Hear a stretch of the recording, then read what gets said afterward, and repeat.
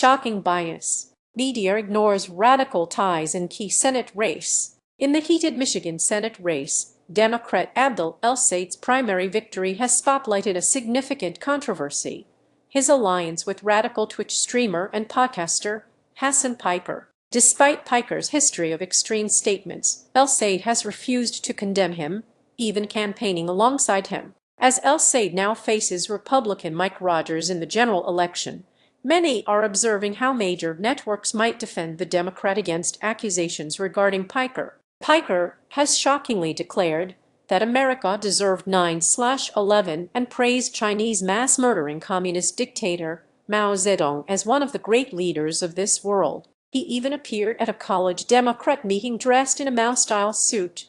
Yet, don't call him a communist, right? Initially, some reporting was vague. For instance, NBC briefly mentioned El-Sayed's criticism for campaigning with Piker, noting El-Sayed disagreed with Piker's 9/11 comments but wouldn't disavow them.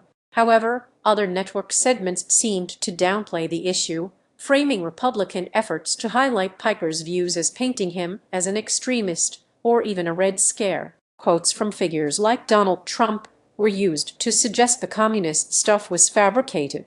PBS News and NPR, too, offered generalized descriptions of Piker as a progressive and controversial influencer, avoiding specifics of his more incendiary remarks. One former Obama strategist even advised against discussing Piker, comparing it to avoiding talk about controversial figures like Bill Ayers or Jeremiah Wright, who incidentally also said America deserved 9/11. MSNBC questioned whether Democrats needed to push back against a Red Scare, appearing to dismiss the very real concerns about Piker's ideology. The notion that communists are non-existent while their influence is evident was a striking point of contention. Even CNN's Caitlin Collins, in an interview with El-Sayed, brought up Pennsylvania Senator John Fetterman's strong stance: "I can't come together with someone if you are willing to embrace people that love harmers or that thinks America deserved 9/11. El-Sayed's response to renouncing Piker was notably evasive.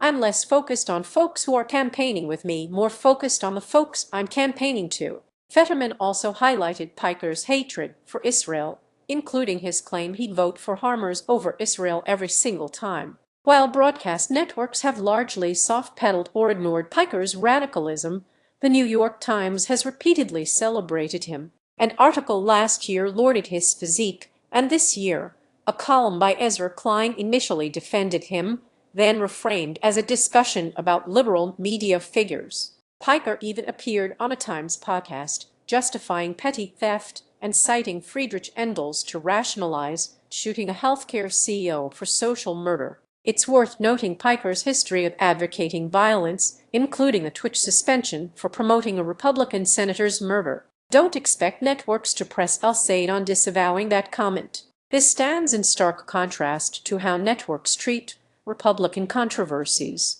In 2012, for example, Republican Senate candidate Richard Murdoch's comments about rape and Godswill became a national news story, hounding not just Murdoch, but all Republicans, including Mitt Romney. In essence, while networks often focus on general commentary during midterm elections, they make an exception for an embarrassing Republican. Yet, they seem unwilling to apply the same scrutiny to Democrats, even when faced with explicit ties to figures promoting extreme, even violent, ideologies.